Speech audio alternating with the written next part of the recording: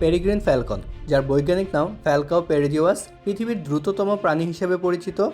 বিশেষ করে এর শিকার ধরার সময় ঝাঁপ দেওয়ার ক্ষেত্রে এটি প্রায় ঘন্টায় ৩২০ কিলোমিটার গতিতে বা ২০০ মাইল গতিতে পৌঁছায়।